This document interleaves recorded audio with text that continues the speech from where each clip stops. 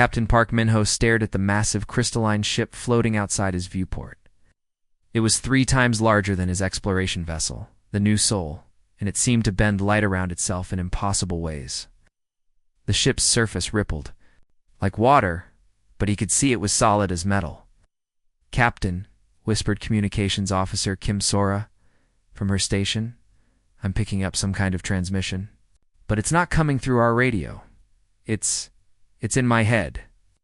Before Park could respond, a voice filled the minds of everyone on the bridge. It was not words, but pure thought that translated itself into meaning. "Hey." The voice felt ancient, cold, and utterly certain of its own power. "Small creatures of flesh and bone, you drift through space in your primitive metal shell. How curious. We had not expected to find another species so far from the civilized sectors." Navigator Lee Jinwoo gripped his control panel tightly. "Sir, their ship just appeared out of nowhere. Our sensors didn't detect any approach vector. It's like they stepped out of empty space." The alien voice continued, and with it came images that flooded their minds. Park saw vast cities floating in space, built from materials that glowed with inner light. He saw beings of pure energy dancing between stars. He witnessed creatures that looked like living crystal commanding matter to reshape itself with simple thoughts. "We are the celestial hierarchy," the voice explained. "For 50,000 of your years, we have brought order to this galaxy. 7 species of enlightened beings guide the lesser races toward their proper place in the cosmic order." More images flashed through their minds. Park saw worlds where primitive species knelt before towering alien figures. He watched as beings that looked almost like humans worked in vast factories, their faces blank with acceptance. Children of a dozen different species sat in perfect rows, reciting prayers to gods who had conquered their worlds. "You will be classified and assigned your proper role," the voice said. "All species must serve the greater harmony. This is the natural order of existence." Kim Sora suddenly gasped and fell back in her chair. "Captain, they're scanning us. Can feel them inside my thoughts, looking at our memories." The alien presence grew stronger in their minds. Park could feel invisible fingers rifling through his thoughts like pages in a book. His childhood on Busan Station, his time at the academy, his first command, his family back on Earth, all of it laid bare before these cosmic judges. "Interesting," the voice mused. "You are a young species, barely escaped from your single world. Your technology is crude, but shows potential. Your minds are chaotic, filled with individual thoughts rather than proper collective purpose." Lee Ginwoo looked up from his navigation console, his face pale. "Captain, I'm reading 6 more ships materializing around us. We're completely surrounded." Through the viewport, Park watched as more impossible vessels appeared from nothing. One looked like a living star, pulsing with nuclear fire, but somehow contained. Another seemed to be made of folded space itself, its surface showing glimpses of distant galaxies. A third ship appeared to be constructed from crystallized time, its edges shifting between past and future versions of itself. "Your species designation is Category 7 primitive," the voice announced with scientific detachment. "Suitable for manual labor, basic maintenance tasks, and biological research. Your emotional responses and individual consciousness make you unsuitable for higher functions." Engineering Officer Dr. Han Ji-sung spoke up from the back of the bridge. "What happens if we refuse this classification?" The question seemed to amuse their captors. Sound like cosmic laughter echoed through their minds. "Refuse? Small flesh being? Do you refuse gravity? Do you refuse the nuclear fire of stars? We are the forces that shape reality itself. Refusal is not a concept that applies to natural law." To demonstrate their point, one of the crystalline beings reached out with its mind, the coffee cup on. Park's desk began to change, its molecular structure shifting until it became a small sculpture of a kneeling human figure. "Your world, which you call Earth, lies 3 jumps from here through folded space," the voice continued casually. 47 billion humans living on one world and scattered colonies. A significant population for labor purposes. Your species breeds quickly and adapts well to different environments. Kim Sora's hands shook as she worked her console. Know everything about us, Captain. Our population, our colonies, our technology levels. They've been watching us. Watching and waiting, the voice confirmed. Young species often destroy themselves before achieving space travel. You have survived your nuclear phase and your climate disasters. You show promise as a worker species. The alien presence grew stronger, pressing against their minds like, oh wait, Park could feel his thoughts being examined, cataloged, and filed away like specimens in a cosmic laboratory. You will return to your home world, the voice commanded. Inform your leaders that the celestial hierarchy offers the gift of divine guidance. Accept your place in the cosmic order, and your species will be protected, fed, and given purpose. Refuse, and your star system will be cleansed for more cooperative inhabitants. How long do we have to decide? Park asked, though he already dreaded the answer. 3 of your solar rotations, came the reply. The divine patience is vast, but not infinite. Choose wisely, small creatures. This offer will not be repeated. The massive ships began to fade from view, slipping back into whatever dimension. They had emerged from within moments. The new soul floated alone in empty space once again. Park looked around his bridge at the faces of his crew. Each person sat in stunned silence, processing what they had just experienced. They had gone out to explore the stars and instead had found their new masters. Set course for Earth, Park said quietly, maximum speed, and prepare a priority transmission to command. Tell them we found God, and he wants us to kneel. The emergency session of the United Earth Council had been going for 12 hours straight. President Choi Sung-won sat at the head of the massive oval table, listening to heated arguments from representatives of every nation and colony. The holographic display in the center showed Captain Park's recorded message playing for the 100th time. They want us to become slaves, shouted Ambassador Martinez from the Mars colonies. We have to negotiate. Find some middle ground. There is no middle ground with gods, replied Admiral Yoon Murray, her uniform crisp despite the long session. They've made their position clear. Submit or die. Dr. Han Ji-sung stood up from his seat in the scientific advisory section. The xenobiologist had been studying the transmission data for days, trying to understand what humanity was truly facing. The hierarchy has ruled this galaxy for 50,000 years. Every species they've encountered has either submitted or been destroyed. There are no exceptions in their records. Then maybe we should be smart and choose to live, said Representative Chen from Luna City. Slavery is better than extinction. Room erupted in angry voices. Some delegates demanded immediate military preparation. Others called for diplomatic contact. A few suggested that humanity should scatter to the outer colonies and hope the aliens would lose interest. President Choi raised his hand for silence. What do our military advisors say about our chances? General Bae Hojin stepped forward. Her scarred face showed no emotion as she spoke. Based on what Captain Park witnessed, we are facing beings who can manipulate matter with thought, travel through dimensions, and reshape reality itself. Our conventional weapons would be useless. So we have no hope of fighting them, asked the president. I didn't say that, General Bae replied. I said our conventional weapons are useless. But humans have never relied only on conventional approaches. Kang Gian, the chief of military research, activated her tablet. We've been studying the transmission data. These beings may be powerful, but they follow rules.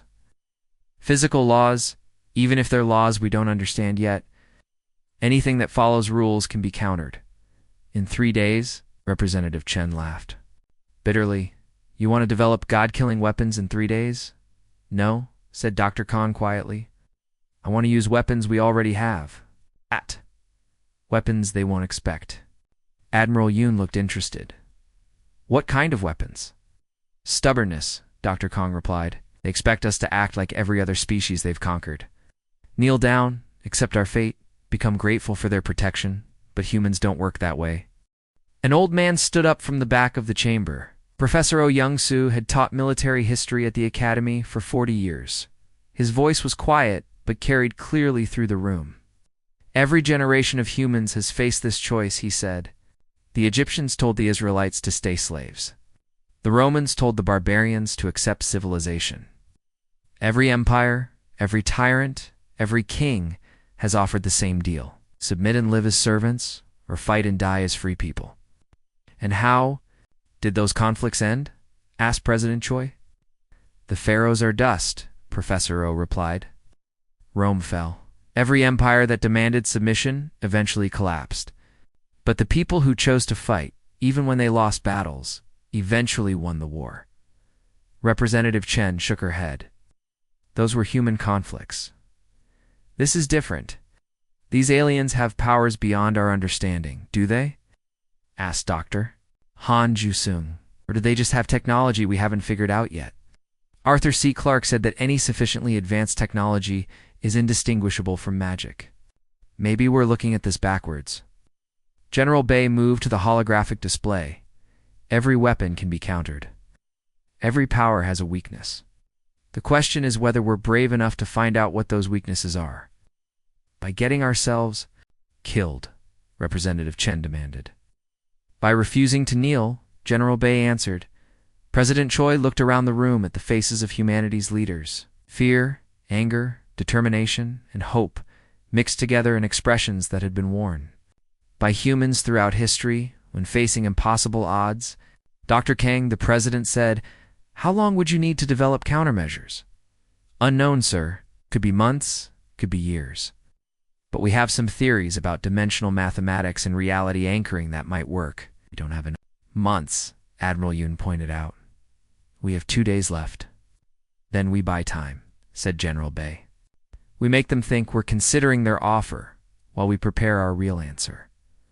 President Choi stood up slowly. The weight of speaking for all humanity pressed down on his shoulders.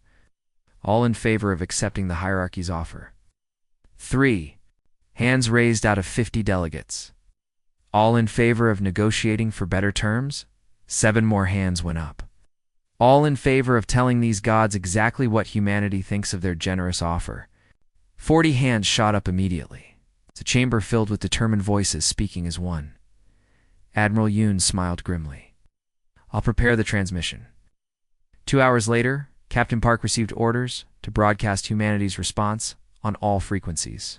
He stood on the bridge of the New Seoul, looking out at the empty space where the alien ships had appeared. "Tension, celestial hierarchy," he said into the recorder. "This is Captain Park Min-ho, speaking for the United Earth Coalition and all.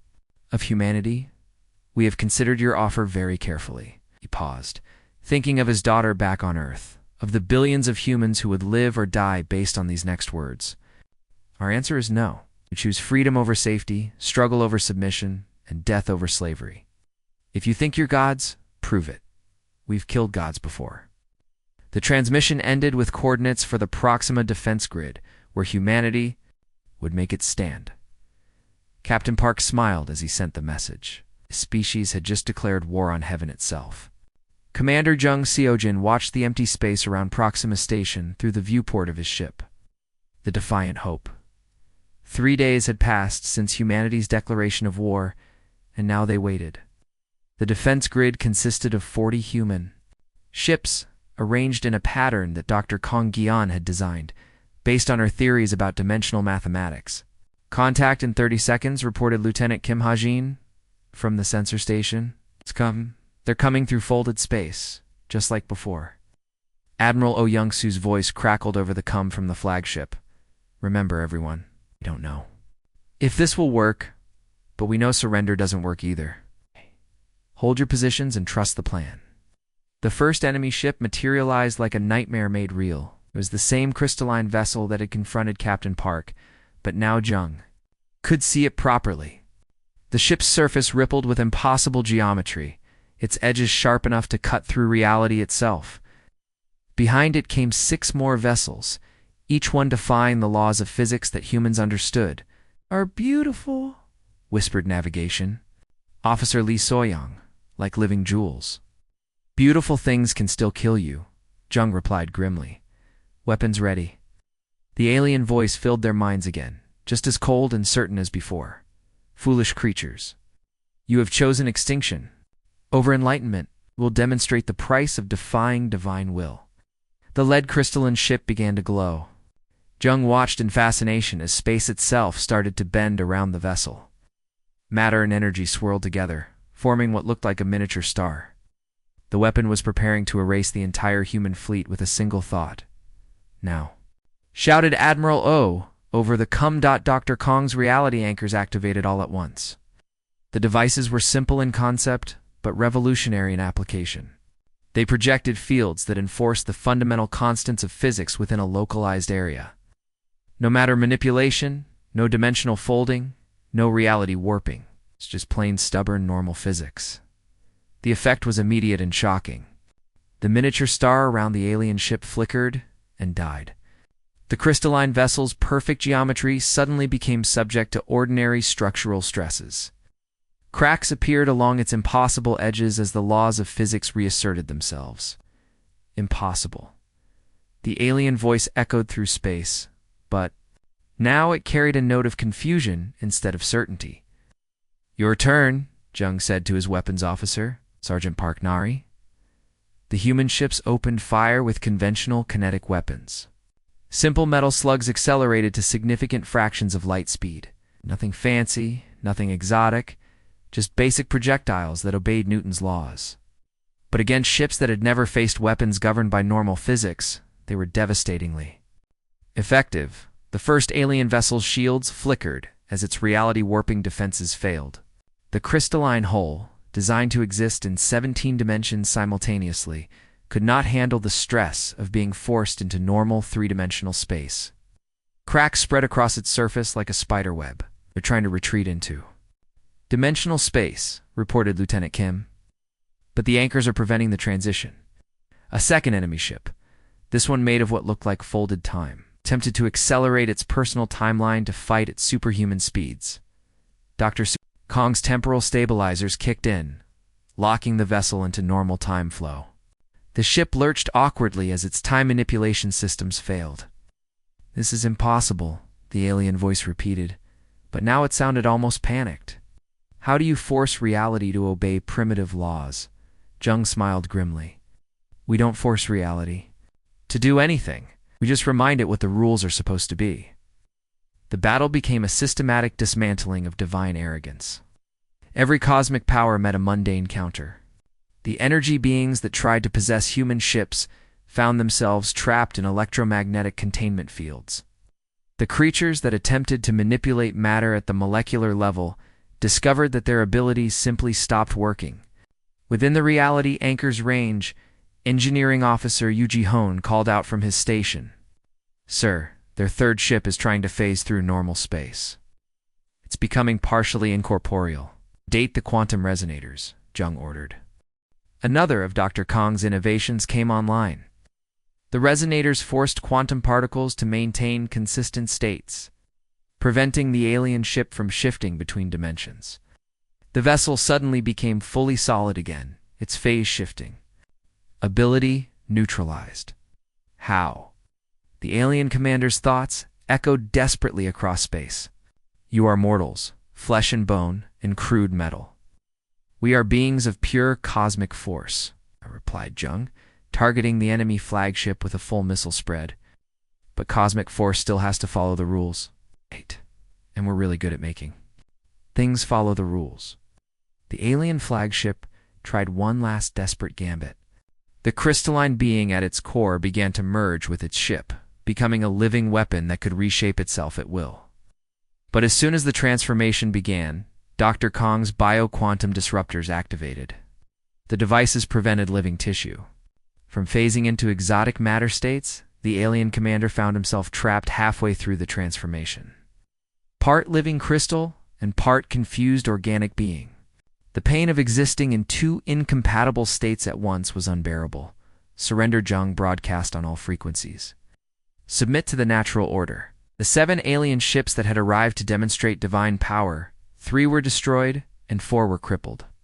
The survivors limped away through emergency dimensional rifts, their perfect formations broken and their god ships leaking. Atmosphere like any mortal vessel. The human fleet floated victorious among the debris. But Jung knew this was just the beginning. It had won a single battle against a minor patrol force. The real war was yet to come. "Signal Earth," he told his communications officer. "Tell them the gods can bleed. And if they can bleed, they can die." The message that reached Earth was simple but changed everything. Heaven has been challenged. Heaven blinked first. The Nexus system had been the heart of divine power for 50,000 years. 7 massive structures orbited a captured star, each one built by a different god species to exist in multiple dimensions at once. From here, celestial hierarchy had ruled the galaxy with absolute authority. Now it burned. Captain Moonteon stood on the bridge of the rebellion's dawn, watching impossible battles rage across 17 dimensions simultaneously. His ship was part of the largest fleet ever assembled, not just human vessels, but ships from dozens of species that had thrown off their chains when they learned gods could bleed. "The Kethmer reptile ships are breaking through the outer defense ring," reported Colonel Park Yunji, her augmented eyes tracking enemy movements that normal humans couldn't perceive. "The insectoid Zerani are flanking from Dimensional Layer 7. It had taken 2 years to reach this point. 2 years of humanity teaching former slave species that worship was a choice, not a cosmic law. The galaxy had erupted in rebellion as worlds that had knelt for millennia suddenly stood up and demanded freedom. "Enemy godship approaching from Fold Space," announced Lieutenant Lim So-young from the engineering station. "It's the size of a moon." Through the viewport, Moon watched as reality tore open like fabric. A crystalline structure the size of a small planet emerged, its surface crackling with the power to reshape matter at will. This was no ordinary vessel. It was a hierarch prime, one of the 7 original god beings that had founded the hierarchy. "Trying to convert our ships into energy," reported Weapons Officer Bae Min-seok. "The molecular bonds in our hull are starting to weaken." "Deploy reality anchors at maximum power," Moon ordered. "Show this god what physics feels like." Anchors activated in a perfect sphere around the human fleet. Immediately, the godship's reality warping abilities began to fail. The creature inside, a being of pure crystalline thought that had never known physical limitation, screamed across dimensions, as it was suddenly forced to obey normal laws of physics, but the hierarchy had learned from their earlier defeats. Instead of relying solely on reality manipulation, they had begun using conventional weapons powered by cosmic forces. The godship's surface opened like a flower, revealing energy cannons that drew power directly from the system's star. "Incoming plasma strike," shouted Park Yunji. "Temperature equivalent to stellar core. Impact in 15 seconds. Execute quantum displacement," Moon commanded. This was humanity's newest weapon, ships that existed in a state of quantum superposition. Dr. Kong Gian had called it fighting fire with paradox. The rebellion's dawn suddenly existed in multiple probable locations simultaneously, making it impossible for the enemy to target effectively. The plasma beam passed through, empty space where the ship had been a moment before, but Moon's vessel materialized in 3 different positions around the godship, firing from angles that shouldn't have been possible. "Direct hit on their primary core," reported Bae Min-seok with satisfaction. "The crystalline matrix is destabilizing." Across the battlefield, General Ju Min-seok led boarding parties through dimensional rifts directly onto enemy command structures. His soldiers carried weapons that turned divine power against itself, reality scramblers that confused god beings about which dimension they were supposed to exist in. "Alpha Team has secured the temporal manipulation center," Ju's voice crackled. "Over the come, the Time Lords are trapped in causality loops. They keep trying to accelerate to fight us, but they're stuck experiencing the same 3 seconds over and over." The largest enemy structure was a space station that existed as a single point in normal space but extended through 47 dimensions. It had been the hierarchy's ultimate fortress, impossible to attack because most of it didn't exist in the same reality as the attackers. "Bring us alongside the main station," Moon ordered. "Prepare the consciousness virus." This was humanity's most terrible weapon, a digital infection that forced individual awareness onto hive-mind entities. The virus had been designed by former slaves who understood the horror of collective consciousness and wanted their oppressors to experience the chaos of individual thought. "Virus deployed," reported Lim So-young, spreading through there. "Quantum communication networks." The effect was immediate and devastating. The station began to convulse, as the collective mind controlling it suddenly shattered into billions of separate thoughts. Each individual consciousness tried to control the structure independently, creating a cascade of conflicting commands that tore the station apart from within. "The Ascended are trying to retreat," Park Yoon-ji announced. "They're abandoning their physical forms and returning to pure energy." "It's not so fast," Moon said grimly. "Deploy the quantum nets." Humanity had learned to hunt even beings of pure energy. The nets were fields of structured force that trapped energy patterns and prevented them from dispersing into the cosmic background. 3 of the fleeing Ascended found themselves caught like flies in amber, their pure energy forms visible as writhing patterns of light. Admiral Shin Dong-wook's voice came over the fleet communications from his flagship. "Final Godship is making a run for the Galactic Rim. Should we pursue?" Moon watched the last surviving hierarch, Prime, limping away. Its crystalline structure cracked and leaking dimensional energy. The being that had ruled countless worlds for millennia was now fleeing like a wounded animal. Let it go, Moon decided. Let it tell the galaxy what happens when gods try to play God. The battle of the Nexus was over. The structures that had symbolized absolute power for 50,000 years were broken wrecks floating in space. The celestial hierarchy, which had seemed eternal and invincible, had been shattered by mortals who refused to kneel as rescue ships moved through the debris field, picking up survivors from both sides. Moon reflected on what humanity had accomplished. They hadn't just won a war. They had proven that no being, no matter how powerful, had the right to rule over others without consent. The age of gods was ending. The age of choice had begun. President Song Hyeram stood in the ruins of what had once been the most sacred chamber in the galaxy, the throne of eternity, where the celestial hierarchy had made decisions affecting trillions of lives. It was now just broken crystals scattered across a metal floor. Before her knelt the last 7, beings who had called themselves gods.